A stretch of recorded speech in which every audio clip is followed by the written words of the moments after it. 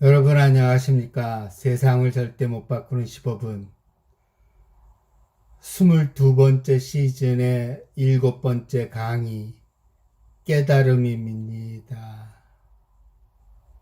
발음이 왜 이렇게 안 좋아? 깨달음입니다. 역시 안 좋네요. 여러분 흔히 깨달음이란 말을 많이 사용합니다. 도대체 깨달은 상태란 어떤 것을 말할까요?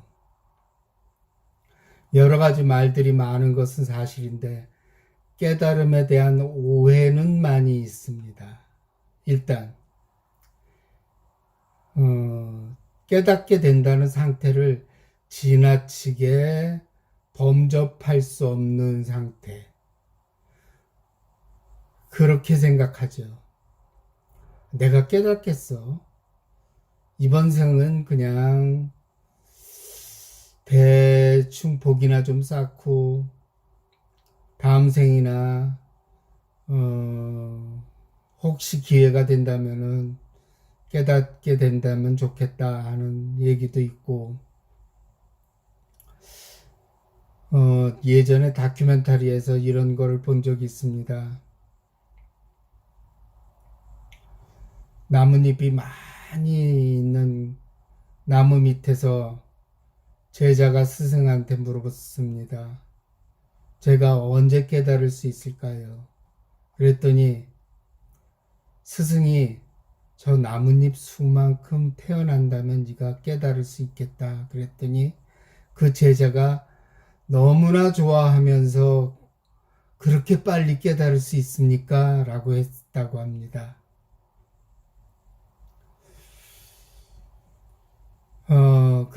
어찌됐든 깨달음에 대한 오해는 많이 있습니다. 깨달음이 도대체 뭘까요? 깨달음에 대한 제일 먼저 하는 오해는 아무나 도달할 수 없는 경지라는 겁니다. 깨달음을 얻게 되면 신비한 능력이나 일반인들이 가지지 못하는 능력을 가지는 것을 우리는 흔히 깨달음이라고 생각합니다. 그래서 축지법도 쓰고 예언적인 능력도 생길 수 있고 일반인들이 볼 수 없는 저 멀리 있는 곳에 있는 것도 볼 수 있고 들을 수 있고 예언 그런 것들을 그런 능력도 생긴다고 생각하죠. 그런데 일반적으로 이런 것은 불교에서 외도라고 말합니다. 우리가 밥을 먹는 것이, 걷는 것이, 숨을 쉬는 것이 신비한 능력이지 위에서 말한 능력이야말로 정말 이상한 것이라는 것입니다. 그래서 사람들은 사이비에 빠지는 경향이 많습니다. 어떤 종교인은 치유 능력이 있어서 어떤 병도 고칠 수 있다라든가, 어떤 종교인은 사람들의 과거나 미래를 잘 맞추는 능력이 있다는 겁니다. 그래서 그런 종교 집단에 버스를 대절해서 방문을 하고 그 사람을 만나기 위해 애를 쓰는 사람도 많습니다. 그리고 그런 사이비 집단은 돈이 넘쳐나고 성전을 크게 지을 수 있는 겁니다. 하지만 일반적으로 깨달았다면 이런 능력이 있다고 저는 보지 않습니다.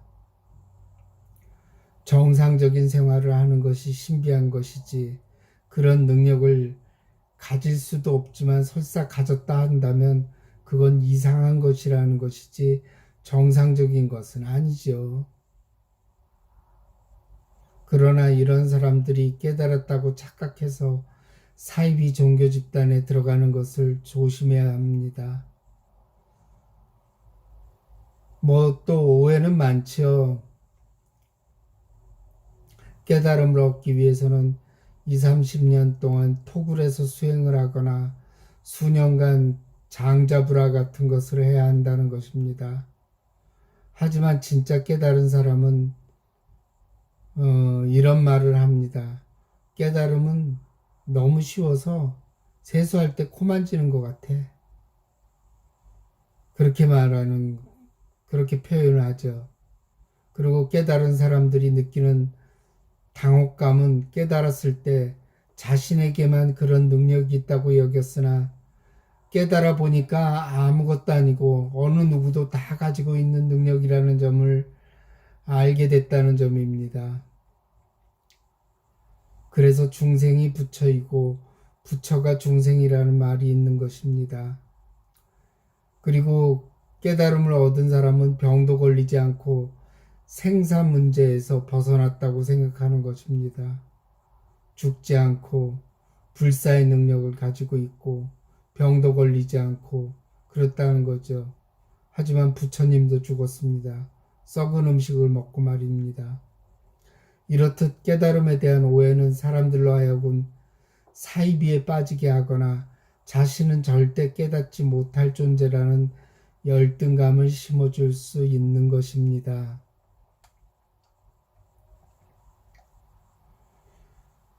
부처님 자신도 깨달은 자였으나 생물학적인 한계에서 벗어나거나 죽음에서 벗어날 수는 없었죠. 밥도 먹었어야 되고 그 다음에 배설도 하셨을 거고 다 하셨을 겁니다. 한때는 배가 고파서 말이 먹는 음식을 먹기도 했고 부처님이 열반했다는 것을 모르는 사람은 없습니다. 많은 이들이 말하는 것은 깨달음은 신비한 능력이나 경지를 뜻하지 않는다는 것입니다. 그저 동네 할아버지처럼 평범하게 자신의 삶을 이어간다는 말을 하는 경우가 많습니다. 특별한 것은 항상 거짓을 내포하는 경우가 많습니다. 평범함이 신비함이며 대단한 능력이라는 것입니다. 그리고 깨달음을 얻은 사람들은 신비한 경험을 하거나 체험을 했다는 겁니다.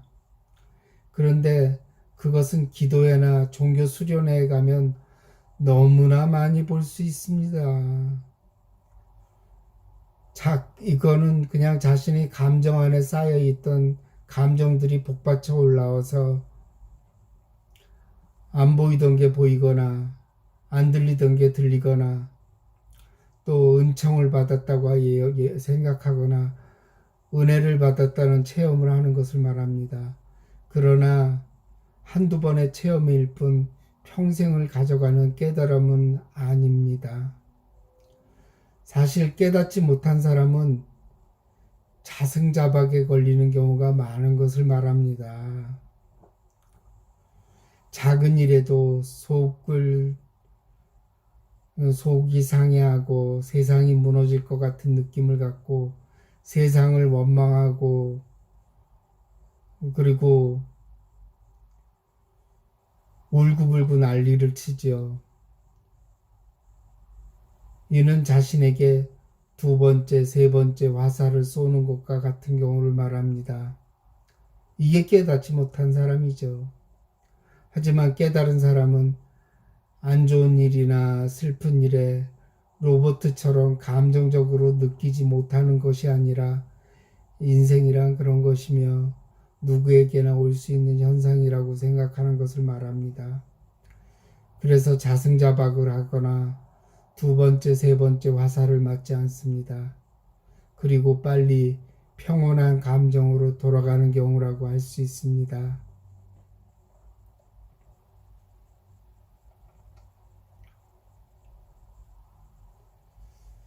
장자가 그랬던가요?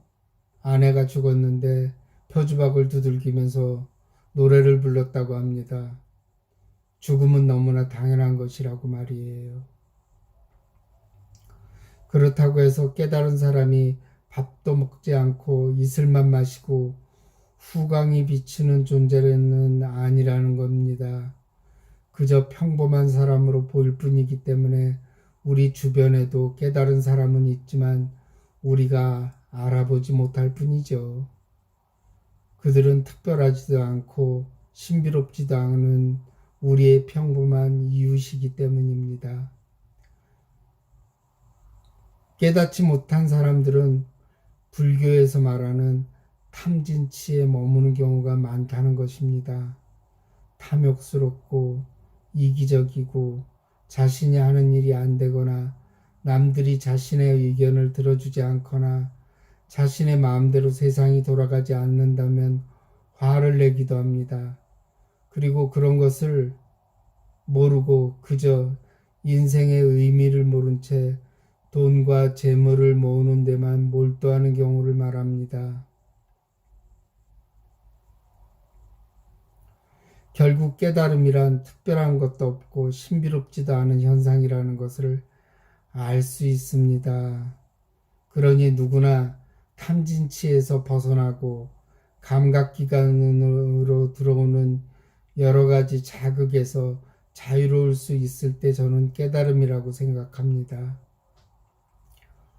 감각기관으로 들어오죠. 안입이 설신이 눈, 코, 입, 귀, 코 여기서 들어오는 감각들을 우리는 좋아합니다. 좋아하는 음악을 듣고 좋아하는 음식을 선호하고 아름다운 것을 보기를 원하고 거기에 너무 몰두하게 되면은 감각적인 것에 우리가 빠져들게 되죠. 그래서 그런 감각기관으로 들어오는 것에 너무 심취하는 것도 깨달음에 이르지 못하는 것의 원인이 됩니다.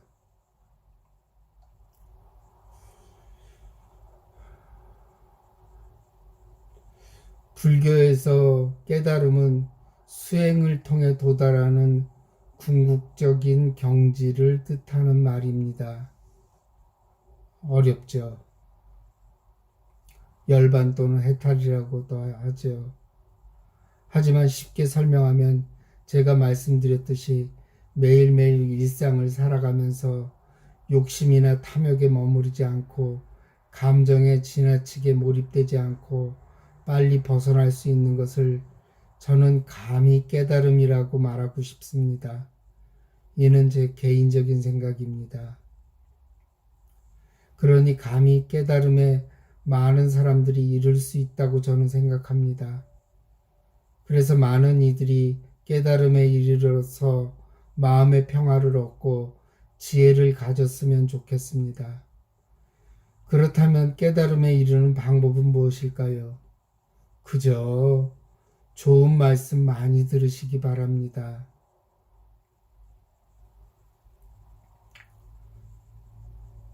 예수님이 제자들과 많은 예수님을 쫓아다니는 사람들에게 어떻게 했어요? 말씀으로 설교를 하면서 그들을 깨우쳤습니다. 예수님이 그들 보고 수행하라 그러고 장 잡으라 하라 그러고 그런 얘기 한 적 없습니다. 부처님도 마찬가지였습니다. 부처님도 많은 제자들을 이끌고 다니면서 그 넓은 인도를 돌아다니면서 되도록 많은 사람들에게 이야기를 통해서 깨달음을 얻도록 하도록 했고 실제로 그 경전에 보면은 그날 모임에서 100명이 아라한이 되었다 그런 얘기들이 있고 어느 날 모임에서는 200명이 아라한이 되었다 이런 얘기들이 있습니다. 그 당시에는 수행이 없었습니다. 원래대로 돌아가야 되겠죠. 기도한다고 해서 깨달음에 이른다는 얘기도 한 적이 없습니다. 그러니 좋은 말씀 많이 들으시면은 저는 깨달음에 이른다고 생각합니다.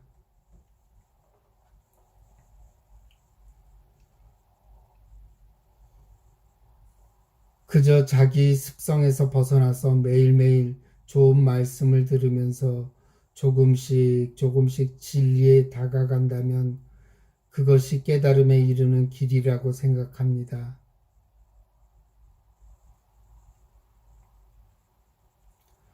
깨달음이란 저 멀리 있는 단어가 아닙니다. 그저 우리가 매일매일 탐진치 삼독에서 벗어나서 일상을 살아갈 때 우리가 원하는 슈퍼 히어로의 능력은 없고 신비한 능력은 없지만 그걸 깨달은 사람이라고 말할 수 있을 겁니다. 부처님이 자신이 깨달은 뒤에 사람들에게 처음에는 알려주지 않으려고 했다고 합니다. 너무나 평범하고 누구에게나 가지고 있는 능력이기 때문이라고 생각했기 때문입니다. 그러나 우리가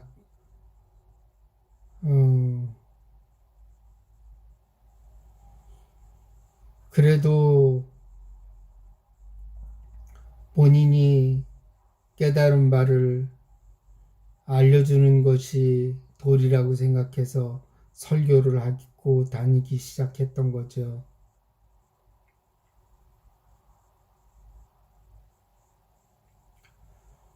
우리는 깨달은 자가 될 수 있다고 저는 생각합니다. 깨달은 자, 이것은 아주 평범하고 어쩌면 너무나 쉬운 일인지도 모릅니다. 그래서 자신이 깨달았다고 해서 잘난 척하거나 자랑하거나 하는 사람은 없습니다. 그건 너무나 우리가 생각했던 신비롭고 특별하고 생로병사에서 벗어나는 특별한 것이 아니기 때문일 겁니다. 그리고 깨달았다고 해서 삶이 달라지는 것은 없습니다. 그저 집착 없이 자기가 하고 싶은 것을 하고 생활인으로 평범하게 살아가기 때문입니다. 깨달은 자들도 직장 생활하고 그럽니다. 전생을 알아맞추고 다른 사람들의 점을 봐주는 것은 외도일 뿐이라는 사실을 잊지 마시기 바랍니다. 그저 우리 곁에 후줄근한 옷을 입고 동네 평상에 앉아서 부채질하고 앉아있는 아저씨가 깨달은 자일지도 모릅니다. 그러니 여러분, 깨달음의 오해에서 벗어나시고 좋은 얘기 많이 들으셔서 깨닫기 바랍니다. 괴로움과 괴로움의 소멸을 한 자, 그를 깨달은 자라고 할 수 있을 것입니다. 여러분, 깨달으셔서 평온하고 편안한 삶을 누리시기 바랍니다. 오늘 강의를 마치겠습니다. 감사합니다.